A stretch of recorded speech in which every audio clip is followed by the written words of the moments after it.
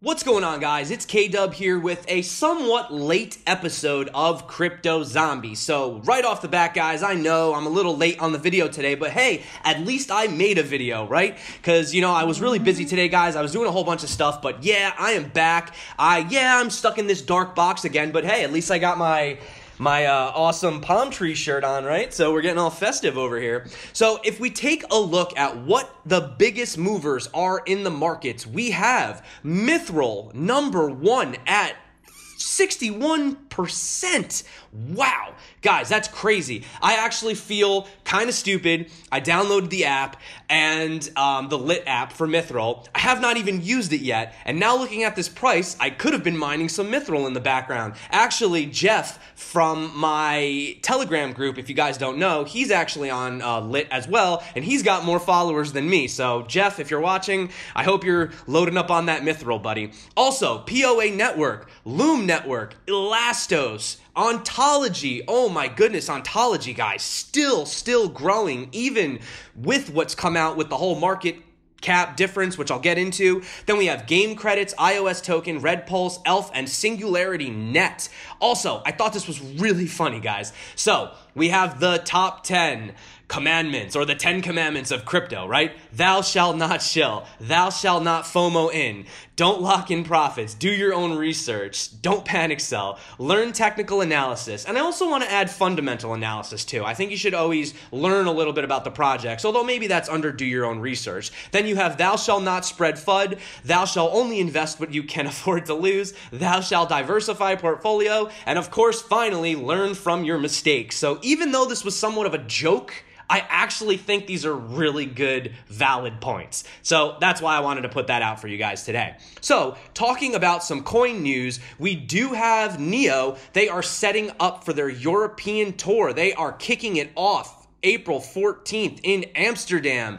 I'm pretty sure that there are some YouTubers that will be headed out to this event. Unfortunately, I had no possible way I could make this event. Super bummed, but I'm really excited. This is going to be great for Neo. They have some amazing dApps. They have Moonlight, Pixio Chain, Zpin, Neo Global Capital is also going to be there. VDT Network, which I've been reaching out to these guys for weeks, but apparently they don't want to get back to me, so I don't know. I really like your project, guys, but if you don't want to do an interview with me, then I don't know. I'm sorry. It's whatever. Anyway, Q-Link, Switch.io. So yeah, it's going to be great, guys. Then they're going to have their hackathon, and it's a lot going on. Then they're going to Lisbon, Madrid, Paris, Vienna, Zurich, and yeah, there's going to be so much going on, guys. Neo is just on fire. So that's coming out of Neo. Also, speaking of Neo, I did want to discuss that there is a little bit of concern about what the actual circulating supply of Ontology currently is. So they actually say that at $3.76, we actually have basically over $2 billion, USD market cap. So that actually puts Ontology at around 2/3 the market cap of Neo. So some people are freaking out. Investors are saying, is it time to sell? I got to be real with you guys. You know I love Ontology. I don't know how this is going to affect things, so if you are invested in Ontology, I'm going to be keeping a lookout as well. If you guys start to notice a crazy pullback or something, just please be careful. You know, if you guys have made some profits, don't be afraid to take back your initial investment. You know, there's nothing wrong. Ontology's not going to be offended by it. You know, take back your initial investment and kind of ride out the difference. That way you're just playing with the extra money. You know what I mean? Always be safe, guys. In the end, it's your money. Remember that. You know, Neo's great, Ontology's great, but in the end, it's your money. Always be safe. So I wanted to bring that to you guys. You know, I love Ontology, but I got to tell you, keep an eye on that, okay? Definitely keep an eye on that. But what I did want to say on good news is that if you notice, Tether has actually dropped down 20%. Okay, 20% in 24 hours. So that means people are taking their money out of Tether and they're redistributing it into Bitcoin and the other altcoins. So that is really good news. Well, short term, long term, I don't know. But I know for right now, it's showing somewhat healthy signs for the market. Does this mean we're setting up for that big bull run? I'm not sure yet. I'm still a little concerned about tax season in America. I'm still kind of kind of waiting to see what's going to happen. You know, we still have one more week or so. After that, I think that's when we're truly going to know whether we're really entering that bull phase or, you know, I hope we're not in any more of a bear phase because, you know, this has just been brutal, guys. So moving on to something else. So if you guys have not seen this lately, so I talked about everything that was going on with Monero. You guys could check out my video from a couple days ago. So what actually happened is it turns out that Monero has officially forked into 4 brand new projects.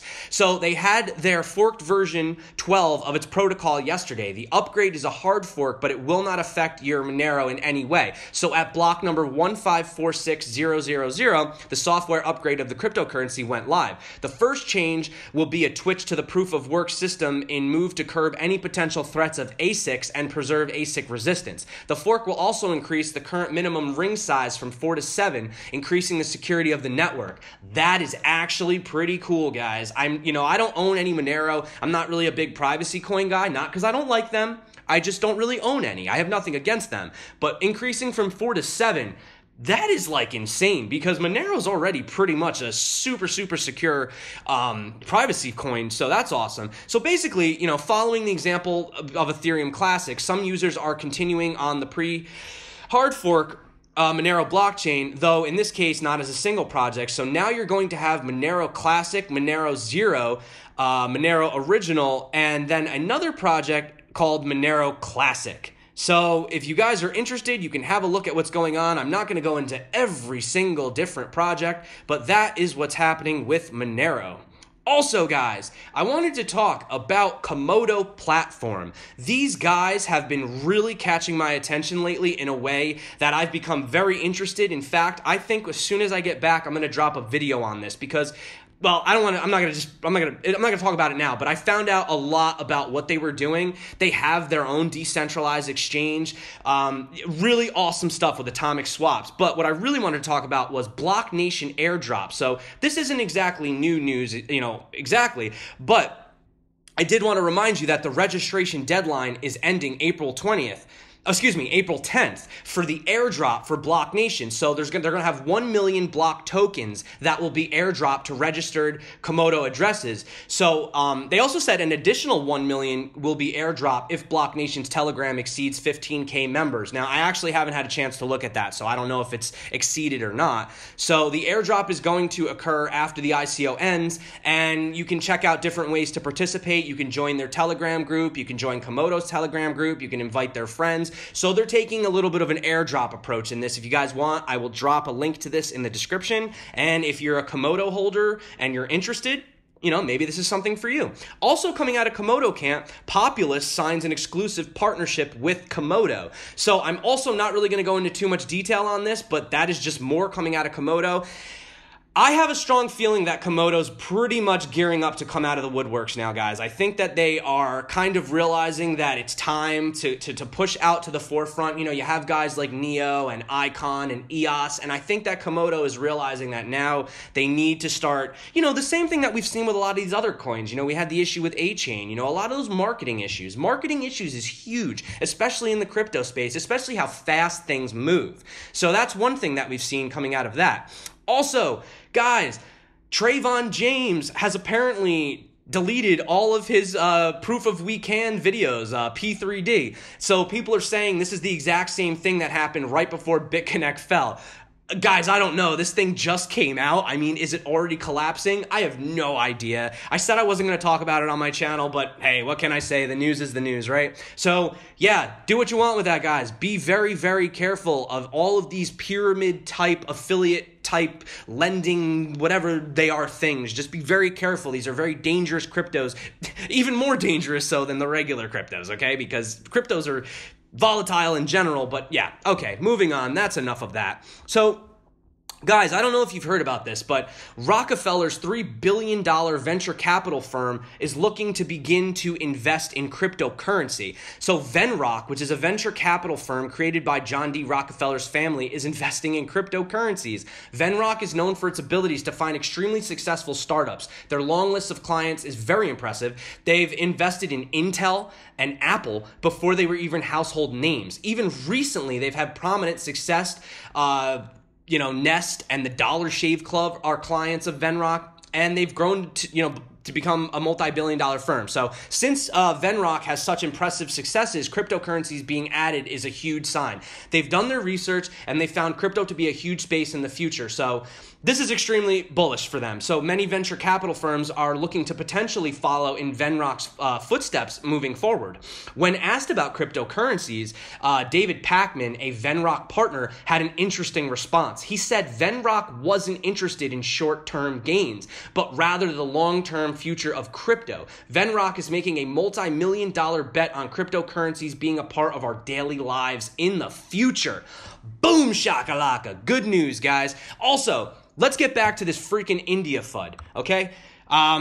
So basically, in a nutshell, they're saying that no, India has not actually banned cryptocurrencies. This is what's really happening. So we had that massive wave of FUD that happened the other day. So we do know that the Reserve Bank of India, or the RBI, they are a banking regulatory body and they control the monetary policies of India, but it is not a legislative body. It can set direct regulations for the bodies that come under its defined authority, but cannot control or penalize other businesses or individuals. A law to ban the use of a law to ban the use or trade of cryptocurrencies in India has to come from either the elected governments, whether central or state, or the Judiciary, Supreme Court of India, or the state high courts. So with this regulation, it is the banks that will have to discontinue dealing with cryptocurrencies businesses once RBI has given them a formal notice along with a deadline. For the rest, the government of India has still not taken any decision regarding regulatory cryptocurrencies in India until now. So no, guys, it is not banned. And in response to that, if you guys don't know who Tim Draper is, so it says Tim Draper calls India's crypto stance a huge mistake. So obviously he's a tech investor, and he recently criticized the negative stance on cryptocurrencies during a recent interview that he had. He said, if I had a meeting with Modi, I would have let him know he is making a huge mistake. Draper also says that Bitcoin and blockchain are the best things to have happened for business, adding that countries such as India, where billions of rupees are wasted on inefficiencies and needless paperwork, will benefit most from the ease and security of blockchain. If India makes cryptocurrencies illegal, then other countries will raise their hands to get all the Indian blockchain entrepreneurs. Guys, what happens when country bans this and this country bans that? What happens when Binance can't function in this country? They move to Malta. What happens when this country and that, right? They're just going to keep moving. And here's what he says. If the local authorities are banning crypto, then companies in the space should move elsewhere. The government needs to realize that it is stifling innovation and should instead be creating an environment where these ideas can be tested and promoted. They have the choice to be trendsetters and attract the world's best engineers and coders, or lose their best and brightest to other religions. Down the road, you won't have to physically leave a place to choose a better government. From where I am, I can get Social Security from Chile, healthcare insurance from Canada, education from Russia. The whole system will be much more virtual. Guys, what's going on right now? How are you watching this video? Where are you guys at right now? I'm literally in the Dominican Republic right now. I am still coming at you with cryptocurrency videos. You're at home or at work. You're watching me on your phones. The world is getting smaller, and these jurisdictions do not matter as much as they used to. They're just going to keep registering somewhere else, running their businesses digitally, okay? This is going to be a very disruptive industry. It already is, actually. So yeah, get on board or get lost, guys. That's basically how I feel. Now, let's talk about Coinbase in talks to become an SEC-regulated brokerage. Hey guys, are you loving all the positive news today? Huh? Tell me. Are you guys? Yeah? Yeah, me too, man. It's a good day for crypto. Bitcoin's up. There's a lot of good things coming out. So basically, what they're saying is that the growth of ICOs has added a new opportunity that makes it harder for platforms to continue shunning regulation. The SEC chairman, Jay Clayton, which I had, I think it was yesterday's video, I spoke about him coming out, how he was saying that essentially not all ICOs are frauds. Okay, he just says that, a lot of the tokens that are issued through ICOs are classified as securities, meaning that they can only be traded legally on a licensed exchange or electronic trading venue. The threat of a regulatory enforcement action has scared Coinbase and some other Bitcoin-related firms from listing new tokens. But Coinbase announced in March that it planned to support tokens in the future, although it declined to disclose which assets it might add. Well, that's basically Coinbase. They keep you in the dark, and then well, I'm not going to get into the conspiracies of Bitcoin Cash at the time. But anyway, the company has already launched a service for storing customer assets, a function that licensed brokerages often perform for clients. Many broker-dealers operate licensed electronic trading systems, which are alternatives to exchanges that face less extensive regulation. So the step would expose Coinbase to a new type of regulatory risk. The SEC can examine broker dealers for compliance with the extensive array of rules that brokers face. So, as a broker, Coinbase's platform would only be allowed to offer tokens that comply with securities laws. Although, I don't think any of us are surprised at this news. So, essentially, that would mean that token issuers would have to register their sale with the SEC, providing investors with an extensive set of financial disclosures. Token issuers can avoid these disclosures if they limit the sale to institutions and millionaires, which I feel like that's kind of what's already happening with the ICOs. But investors in such private sales aren't immediately allowed to sell the investments, which would be nice because it's kind of annoying getting dumped on every time you want to buy a coin because I can't because I'm a U.S. citizen. Anyway, as soon as there is more regulatory clarity than there is currently, you can expect them to start listing more assets. All right. What else is going on? Come on, there's got to be some kind of controversy around here, guys. Of course there's controversy. It's crypto. Can't all be sunshine and butterflies. So, has 400 million euro been seized from a Bitfinex account in Poland? Oh no, is this another Tether situation? Let's dive in. So, in November 2017, Bitfinex announced a euro trading pair with Bitcoin, which was made possible through a small Polish bank. Incidentally, Mt. Gox also had a bank account in Poland before they ceased trading. Bitfinex CEO is also the CEO of Tether. The chief strategy officer for Bitfinex is also the chief strategy officer for Tether.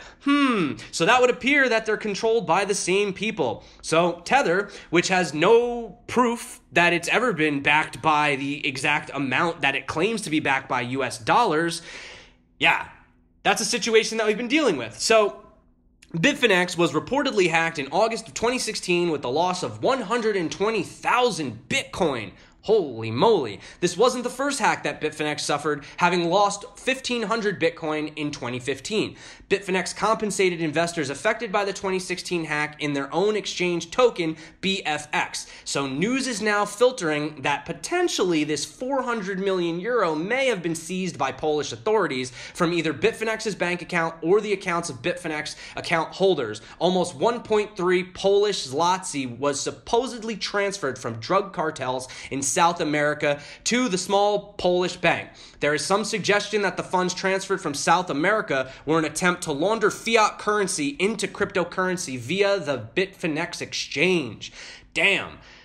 These guys can't get a break. Bitfinex and Tether and money laundering and drug cartels, and it's just another wonderful day in crypto. So that is more news coming out of Bitfinex than the whole Tether scam. So, you guys knew I had something, right? You guys knew I had to come out with some kind of bad news. But guys, I wouldn't really worry too much about this, okay? This FUD is starting to get old. But essentially, Pakistan bars banks from crypto and ICO trading. So Pakistan's central bank issued a statement that was barring these companies, or these financial companies in the country from working with cryptocurrency firms. They said that all banks, DFIs, microfinance banks, and payment system operators, etc., are advised to refrain from processing, using, trading, holding, transferring value, promoting, etc. Okay, so basically, they're telling them that you can't be involved in crypto. So the announcement is already having an impact on the local cryptocurrency scene. I don't know how to pronounce this, so I'm going to try. Is it Yerdabit? Eurodebit? I have no idea. So that's a cryptocurrency exchange that launched in 2014 with the goal of building a base of support in the region, said in the wake of the statement that they will shut down. So this exchange was the first Bitcoin exchange platform to open its doors to the country. The co-founder of Blink Trade, which provides the open source software for the exchange, argues that the central bank move is aiming at putting the brakes on cryptocurrency investment. Governments and banks are going to fight Bitcoin because investing in Bitcoin means a bank run on the central bank. We are working hard to return all PKR to all of our customers before our bank shut down. Yay, guys, just as everything was going great, Pakistan has to come out and be a total dick. Thanks, guys, just when my portfolio started looking good again. Anyway, you guys have already heard about this, so I'm not going to harp too much on this, but as you guys know, George Soros is looking to invest with cryptocurrencies. So yeah, you guys remember he came out, he was totally bashing it. He said Bitcoin is not a currency because a currency is supposed to be stable, et cetera, et cetera. It's not a store of value, blah, blah, blah, blah. So the U.S. investment fund, Soros Fund Management, which currently operates around $26 billion in assets, is reportedly investing in cryptocurrencies, despite the fact that the head of the fund, George Soros, earlier said that Bitcoin was in a bubble. So according to Bloomberg, citing people familiar with the matter, Adam Fisher, who is responsible for global macroeconomic investing at Soros Fund Management, has already received internal approval for cryptocurrency operations, but he has not yet started trading. So yeah, he did criticize it back in January, but now it looks like he's changing his mind and he's looking to get involved. Is this a good thing? I'm not really particularly a fan of certain individuals in these political investment type spaces. I could go on for many reasons why I'm not particularly a fan of this guy, but I don't think it's appropriate for this video because I have strong feelings, so that's my opinion. But I do want to say that Soros became involved in cryptocurrency activity earlier this year. In 2017, his investment fund became the third largest shareholder in Overstock.com, which, if you guys are not familiar, was the first major retail company to accept Bitcoin as a payment. Lots of stuff going on today, guys. So it was funny because going back to the top gainers, I was looking at Loom Network, and people kept telling me, hey, you should really check out one of the things that's on Loom Network. And I go over there and, oh, what is this? Crypto Zombies.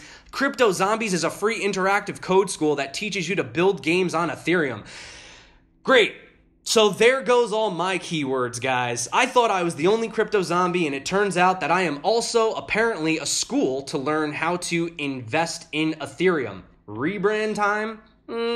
I don't know. I'm sticking with the name for now. So that being said, guys, thank you so much for coming back to my channel. You guys are freaking awesome. My apologies for coming to you so late with a video today. I had a crazy busy day today. I'm gonna be straight up, guys. I was riding on some, I was jumping off waterfalls and kayaking, and I was just trying to just chill and enjoy things. But I kept checking my Blockfolio the whole time, and I kept seeing the prices going up, and I was like, yes, finally, one time I go away and the price goes up. So here's looking at you guys. You're the hodlers. You're the best. You stuck it out. And as soon as this big money comes in, you guys, everyone that's watching right now, we're all going to reap the benefits, and we're all going to be laughing at these days. And I can't wait. I truly can't wait, guys. So pleasure, honor to be with you today. And that being said, guys, thank you for coming back to my channel. My name is Crypto Zombie. No, my name is K-Dub. Why do I always do that? Also, guys, tomorrow I have a flight. I won't be able to put out a video in the morning, so I'm thinking maybe if I have good Wi-Fi, we could do a live stream tomorrow night, maybe around 9 p.m. Eastern time. If I have good Wi-Fi. If I don't, I'm not going to be able to, but I'll let you guys know. Maybe I'll tweet it out or something, so just be on the lookout, all right, guys? So thanks again. My name's K-Dub. This is Crypto Zombie. Hopefully I'll see you guys tomorrow for the live stream, and until next time, stay crypto, and of course, peace out.